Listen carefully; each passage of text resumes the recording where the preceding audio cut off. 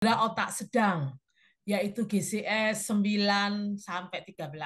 Oh iya, saya lupa. GCS adalah Glasgow Coma Score, di mana dia adalah scoring yang dibuat di Universitas Glasgow, di mana dia adalah untuk scoring kesadaran koma kita, ya.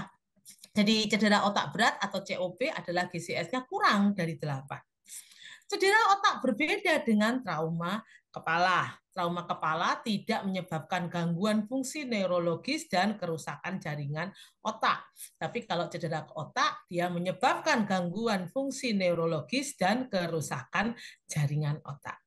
Nah, jadi yang kita omongkan hari ini adalah cedera otaknya. Etiologisnya macam-macam. Anda bisa lihat dari gambar-gambar saya ini ya. Ini yang paling banyak di Indonesia. Orang naik sepeda motor tanpa membawa helm, terus aneh-aneh. Yang bagian depan diangkat lah, kemudian pakai cara-cara bertiga, berempat, berlima, itu satu sepeda motor ya. Kemudian nih, ini ada yang berempat ya. Nah, ini ada olahraga-olahraga yang sangat banyak menimbulkan cedera otak. Apa belajar? Misalnya sepak Cuma bola, digulung. tinju, kemudian olahraga zaman modern ini yang kepalanya di bawah, terus dia digantung di atas ya. Dan juga ada eh, kondisi-kondisi khusus, misalnya jatuh dari tangga, kemudian ada kerusuhan, kayak sekarang di jalur Gaza ada peperangan, dan juga ada sebuah kondisi pemukulan, KDRT, dan sebagainya. Pendahuluannya untuk cedera otak traumatik ini, gangguan fungsi dan kerusakan patologisnya disebabkan pengaruh eksternal. Jadi dia digolongkan jadi dua klasifikasi, primer dan sekunder. Cedera otak primer sendiri adalah kejadian traumatis itu sendiri. Sedangkan sekunder adalah terjadi beberapa menit, jam, hari, bahkan seminggu setelah cedera primer. Jadi kalau hari ini Anda dipukul orang di kepala Anda, itu cedera primer. Tetapi 1 minggu lagi ternyata Anda mengalami penurunan kesadaran, berarti adalah cedera sekunder, di mana dia terjadi menit, jam, hari, bahkan minggu setelah cedera primer. Nah, ini adalah klasifikasi cedera otak primer. Jadi yang terjadi hari ini. Ada yang ekstraparenkim, ada yang intraparenkim. Ekstraparenkim itu adalah EDH contohnya, epidural hematom. Kemudian SDH, subdural hematom. SAH, traumatik. Sedangkan intraparenkim ada yang bernama kontusio, ada yang namanya ICH, intracerebral hematoma, ada yang diffuse axonal injury, ada yang diffuse vascular injury. Jadi penyebab paling sering dari cedera otak sekunder, yaitu sistemik dan intrakranial tadi, akan disebabkan oleh beberapa hal. Misalnya sistemik tadi oleh hipoksia, hipotensi, hipo atau hiperglikemia, hipertermia, gangguan elektrolit, gangguan koagulasi, dan infeksi. Itu yang sistemik ya. Sedangkan yang intrakranial, jadi yang sistemik tadi ini ya, ini yang apa? Intrakranial, peningkatan TIK, edema otak, kejang, dan juga iskemia cerebral. Nah, sekarang prinsip penata laksanaannya bagaimana?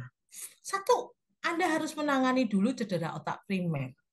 Jadi cedera otak primernya apa? Baru mencegah dan menangani cedera otak sekundernya. Jadi beberapa menit, jam, bahkan sampai minggu setelah terjadinya cedera primer tadi. Optimalisasi metabolisme otak dan rehabilitasi. Ini yang butuh waktu lama. Nah, apakah indikasi masuk rumah sakitnya? Kalau pasien itu kebingungan atau riwayat pingsan atau penurunan kesadaran, maka dia harus masuk rumah sakit. Kalau ada keluhan dan gejala neurologik, termasuk nyeri kepala menetap dan muntah, harus masuk rumah sakit.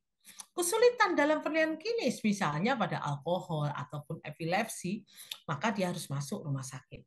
Kondisi medik yang lain, misalnya gangguan koagulasi, ya misalnya hasil labnya APTT, PTT, INR meningkat, maka dia harus masuk rumah sakit karena kita berindikasi akan terjadi sesuatu pada pasien ini. Diabetes mellitus yang sering menimbulkan berbagai macam gangguan juga harus masuk rumah sakit. Fraktur tengkorak, jadi kalau Anda melihat kondisi tengkoraknya atau skalnya ini ada fraktur atau patah tulang. CT scan-nya abnormal, di mana bacaan di CT scan-nya itu menyatakan dia abnormal, maka dia harus masuk rumah sakit. Dan tidak ada yang bertanggung jawab untuk observasi di luar rumah sakit. Misalnya, ini tanpa keluarga, ataupun dia ada keluarganya tapi tidak ada di sana, maka dia wajib masuk rumah sakit. Karena kita tidak pernah tahu apa yang terjadi kalau dia dipulangkan. Dan umur pasien di atas 50 atau geriatrik, maka dia harus rawat inap. Anak-anak dia juga harus rawat inap karena kita tidak pernah tahu apa yang akan bakal terjadi pada anak-anak yang mengalami sebuah cedera kepala tadi. Dan indikasi sosial. Indikasi sosial misalnya tadi ya, ada pertempuran, ada perang, ya ada KDRT.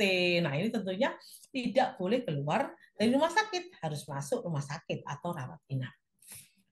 Indikasi memulangkan pasien kalau dia sadar dan orientasi baik, tidak pernah pingsan, tidak ada gejala neurologis, keluhannya berkurang, muntah dan nyeri kepala hilang, tidak ada fraktur kepala atau basis krani, dan ada yang mengawasi di rumah, serta tempat tinggalnya di dalam kota. Kalau di luar kota atau di desa, tentu sangat berbahaya kalau kita memulangkan pasien tadi. Tapi kalau di dalam kota, ya oke, bolehlah kita memulangkan. Apakah targetnya? Jadi target fisiologis pada cedera otak ini adalah satu, ada 11 target ya. Satu, pulse oximetry. Dia harus lebih besar atau dia harus lebih besar atau sama dengan 90%. Jadi kalau 90 ya nggak boleh. Kemudian PA CO2-nya harus 35 sampai 40 mm Hg. Diastoliknya tekanan darah sistoliknya harus lebih besar atau sama dengan 100 mm Hg. ICP-nya harus lebih besar dari 20 mm Hg. CVP-nya CPP-nya ya 60 sampai 70 mm Hg atau pada anak-anak 45 sampai 60 mm Hg. Brain tissue oxygen pressure atau PbTO2 harus lebih besar atau sama dengan 15 mm Hg. Dan temperaturnya harus 36 sampai 38,3. Kalau dia sangat hipotermi 35 atau dia sangat panas 40, ya tentu saja target fisiologis pada cedera ini di luar target tadi itu. Glukosanya 140 sampai 180 mg per dl, natrium fisiologisnya kira-kira 135 sampai 145, dan kalau menggunakan Na hipotonik 145 sampai 160. Plateletnya atau trombositnya harus lebih besar atau sama dengan 100 kali 10 pangkat 3 mm kubik. Dan yang terakhir adalah HB-nya harus lebih besar atau sama dengan 11. Nah, ini adalah target fisiologis pada cedera otak. Bagaimana manifestasi klinisnya? Nah, tentu teman-teman yang dilihat bukan yang tadi, tapi manifestasi klinis. Oke, EDH.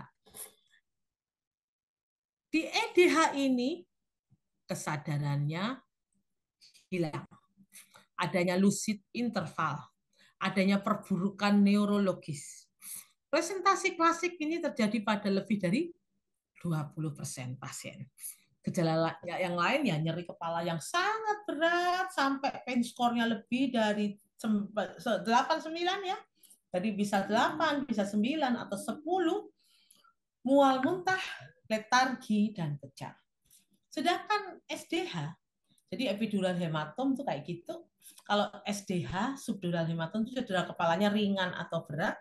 Gejala utamanya nyeri kepala, tapi tidak nyeri kepala yang berat. Mual muntah ada, tidak sadar ada, kejang dan letargis juga ada. Pada subdural hematom yang kronis akan muncul nyeri kepala, mual muntah atau kebingungan, penurunan kesadaran, letargis, defisit motorik, dan afasia. Gambarannya Anda bisa lihat di gambar yang saya taruh di sebelah ini ya. Jadi epidural hematom dan subdural hematom ini subduralnya. Oke, lanjut. SAH, subarachnoid hematom, di mana nyeri kepala yang berat dan sangat menyiksa. Dan gejala lain adalah mual, muntah, pusing, diplopia, ini yang khas ya, kejang, penurunan kesadaran, dan kaku kuduk. Dapat muncul defisit neurologis dan palsi nervus cranialis. Jadi ada neurologis di sana. Sedangkan ICH atau intrakranial hematom, defisit neurologisnya ini mendadak. Ini contohnya gambarannya intrakranial hematom ya. Kalau ini adalah subarachnoid hematom, di mana penurunan kesadarannya secara mendadak. Gejala yang lain dapat muncul adalah nyeri kepala tapi tidak berat, mual, muntah, kejang, dan peningkatan tekanan darah diastolik lebih dari 110 mm Hg. Jadi kalau begitu apa tanda klasiknya? Tanda klasiknya macam-macam. Kita bisa lihat di sini ya. Tanda klasiknya adalah sebuah kondisi di mana ada ekimosis di periorbital. Ini adalah fraktur basis kranii ya. FBK itu fraktur basis kranii yang paling banyak menimbulkan kematian pada kasus-kasus cedera otak. Di mana ada ekimosis pada periorbital, ini ya, ini ekimosis, hemotimpani, ya, perdarahan pada telinga, rinoru, nih ya, atau otoru, dan battle sign. Kaki gambaran seperti racun ais atau mata rakun, ya hewan namanya rakun. Kemudian gangguan fungsi syaraf yang tergantung pada lokasi faktor. Misalnya fraktur basis kranii pada fossa anterior, maka anterior dari sphenoid ridge ini, maka persarafannya ada di CN1 dan 2. Terjadi bloody rhinoro, ini ya, perdarahan dari hidung, Brill hematom, dan gangguan pengidu, gangguan penglihatan, dan oftalmoplegia. Faktor basis kranii pada fossa media. Pada kondisi ini sphenoid hingga os temporale dari pars petrosa, di mana nervus yang terkenal adalah nervus 7 dan nervus 8, sehingga ada mimisan keluarnya darah dari telinga, bloody otori, battle sign, gangguan pendengaran, dan keseimbangan atau vertigo. Kalau faktor basis kranii di fossa posterior, selain posterior dari os temporal pars petrosa, ada juga masalah pada cerebellumnya, yaitu gerakan terkoordinasi, keseimbangan, dan postur tubuh. Nah, oke. Sekarang kita lanjut pada fraktur pada kraniinya, jadi kraniumnya adalah diskontinuitas tulang kranium. Kranium itu kita tahu itu mulus bulat gitu ya. Jadi kalau ada diskontinuitas pasti itu sebuah patah tulang. Bisa linier ya, nomor 1 nih linier, nih linier ya.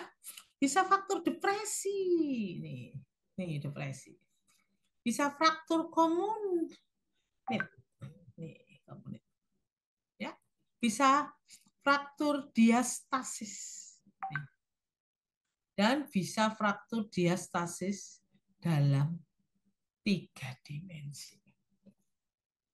Nah, apakah itu GCS? Glasgow Coma Score adalah penilaian koma atau tidak koma sebagai parameter tingkat kesadaran yang dilakukan setelah ABC stabil. Jadi kalau ABC tidak stabil ya jangan tes GCS. Yang saya lihat kesalahan kita adalah kita itu mengtes GCS ketika orangnya tidak stabil. Hasil akhirnya ya pasti GCS-nya jadi abnormal. Misalnya eyes atau mata. Jika dia buka spontan maka nilainya 4. Dengan verbal maka nilainya 3. Dengan nyeri maka nilainya 2. Dan kalau tidak berespon maka 1. Jadi kalau verbal orientasinya baik, kalau dia agak bingung gitu berarti 4, kata-kata yang tidak sesuai berarti 3, orangnya hanya bisa mengerang berarti 2, dan tidak ada respon adalah 1. Sedangkan untuk motorik, kalau dia bisa mematuhi perintah berarti 6. Dia kalau melokalisasi nyeri berarti 5. Menjauhi nyeri berarti 4. Dan refleksi abnormalitas, misalnya decorticated, maka dia 3. Ekstensi cerebrated itu 2. Dan kalau tidak ada respon atau flasid itu 1. Pada kondisi khusus, misalnya edema palpebra, maka bola mata itu bisa melihat. Pada verbal, misalnya tracheostomi, maka sebetulnya dia masih bisa ngomong karena lewatnya adalah tidak di trakea, tapi di plika vokalisnya. Motorik tetraflegi. Nah, jadi kalau pada GCS ini nilai tertingginya adalah 15, nilai terendahnya adalah 3. Nah, cedera otak ini berdasarkan GCS, kalau ringan GCS-nya 14 sampai 15. Kalau sedang GCS-nya skornya 9 sampai 13. Kalau berat GCS-nya skornya 3 sampai 8. Nah, sekarang manajemennya. Ketika pasien masuk, ada 2 caranya mereka masuk. Datang sendiri dan rujukan. Jadi manajemen inisialnya atau manajemen dasar, lakukan dulu anamnesa. Setelah dilakukan anamnesa, manajemen hasil ini kita lihat airway, breathing, sirkulasinya. Kita nilai berapa GCS-nya. Kemudian kita lakukan pertolongan awal yaitu dengan head up 30 derajat. Nah, jadi dalam proses oksigenasi itu harus dilihat kondisi GCS-nya. Dan yang terakhir adalah C-spine control. Di anamnesa, apa yang ditanyakan? Yang ditanyakan tentu saja omset waktunya, kapan dia jatuh, kapan dia merasakan ada sebuah gangguan, dan sebagainya. Mekanisme trauma, dia ditabrak dari depan, dipukul dari atas kepalanya, atau dia naik sepeda motor jatuh. Nah, ini mekanisme perlu diketahui supaya kita bisa tahu karakteristik daripada cedera kepala. Asesmen klinis jangan lupa vital sign, TTIK, head to toe ya. Kemudian riwayat tata laksana di lokasi. Misalnya dia ditolong oleh seorang perawat, bidan atau dokter ya. Jadi tata laksananya riwayatnya bagaimana. Setelah itu, setelah anamnesis selesai dengan segala macam yang bisa dilakukan, maka kita lakukan pemeriksaan fisik tadi. Di mana di pemeriksaan fisik itu survei primernya adalah ABCD ya, sedangkan sekundernya tidak. Di mana di dalam survei tadi itu GCS dilihat, mini status neurologisnya, misalnya saja pupil dan motornya. Pupil misalnya disuruh lirik kiri, lirik kanan, atas bawah, atau bisa apa enggak. Kalau enggak bisa ya berarti ada gangguan. Lateralisasi. Kemudian PTHM positif atau dengan menggunakan halo test, yaitu tes sederhana untuk menunjukkan dia ini mengalami trauma apa, yaitu namanya 20 VBCT. Untuk pemeriksaan fisik, kita membutuhkan laboratorium. Darah rutin, HB, hematokrit, kemudian leukosit, trombosit, untuk ginjal ureum, kreatinin, elektrolit, dan juga GDS dan CT-BT. Sedangkan untuk radiologis, maka cervical lateral, saddle AP lateral, ataupun toraks X-ray, itu bisa dilakukan untuk menunjang dalam radiologic scanning. Untuk neuroimajinasi, kita bisa pakai CT scan, misalnya untuk CT scan hal-hal yang susah untuk diterka ini dari apa. Kemudian survei primer ini ditandai dengan mini status neurologis. Pupil dan motornya itu motoriknya harus normal. Kemudian PTHM dan juga pemeriksaan yang lain, halonya tesnya itu harus bagus pemeriksaannya. Jadi untuk kondisi ini ada yang non operatif dan ada yang operatif. Non operatif itu misalnya pada kondisi-kondisi tertentu. analgesik atau protektor lambungnya ada, anti kejangnya ada, antibiotikanya ada, dan support pembekuan darah. Misalnya kita pakai mannitol ya, maka kateter dan tulang kateter itu dipakai menjadi alat untuk menguji kondisi si pasien tadi. Nah, ini dia. Ada beberapa pertolongan yang harus dilakukan. Setelah kita manajemen dengan bagus, maka pertolongannya salah satunya adalah head up 30%. 30 derajat. Dengan head up 30 derajat, maka tindakan-tindakan tadi bisa dibantu. Jadi misalnya oleh perawat, oleh dokter jaga, dan sebagainya.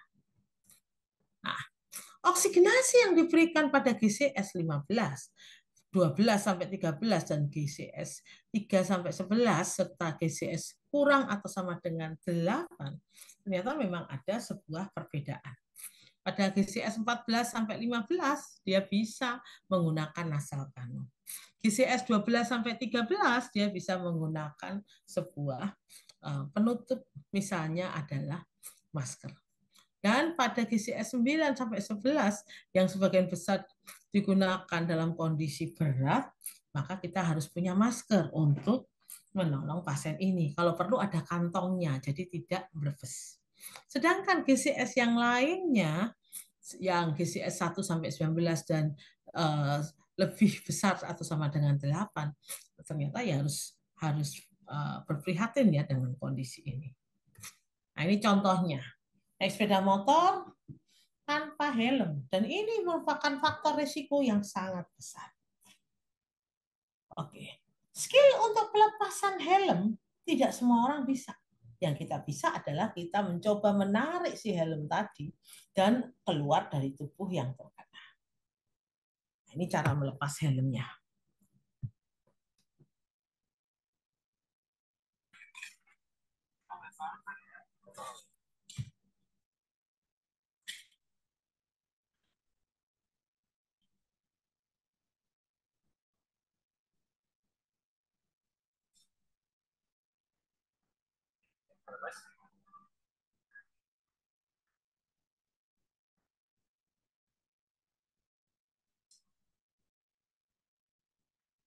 Ya. Oke ya, teman-teman bisa lihat di situ caranya dengan dua penolong. Nah, ini saya kira teman-teman bisa melihat bagaimana satu orang penolong menyangga dan penolong yang lain melepaskan helmnya. Jadi kesimpulannya, manajemen cedera kepala yang cepat, tepat, dan optimal akan menurunkan angka mortalitas, angka morbiditas, dan tentu saja kecacatan pada pasien-pasien kita.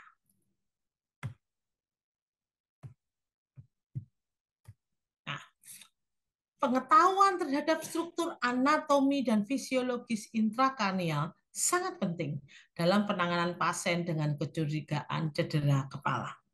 Kemudian lakukanlah penelitian status neurologis yang berkala pada pasien cedera otak traumatik. Dan kita tidak bisa mencegah terjadinya cedera otak primer. Namun dengan tata laksana yang tepat, kita dapat mencegah jatuhnya pasien ke dalam cedera otak sekunder. Dan pastikan pasien mendapat resusitasi yang adekuat. Target resusitasi pasien cedera otak traumatik adalah untuk mencegah terjadinya cedera otak sekunder. Kalau sekunder berarti kan dia itu sudah mendapatkan cedera primer dan sekarang udah berjalan dari menit, jam, kemudian hari sampai minggu. Dan tentukan kebutuhan untuk merujuk, konsultasi, rawat inap, ataupun pulang pada pasien. Dan lakukanlah konsultasi dengan bedah saraf. Ini penting ya, meskipun ada banyak tempat di Indonesia tidak ada bedah saraf, tapi saya kira itu sangat penting. Sedini mungkin. Jika ahli bedah saraf tidak tersedia di tempat, lakukanlah perujukan pasien dengan cedera otak sedang atau berat, jadi bisa ke puskesmas. Oke ya.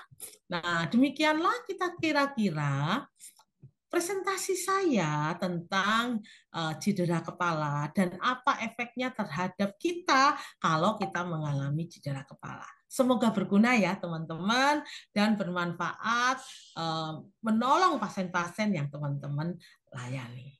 Terima kasih Mas Zainal, saya kembalikan.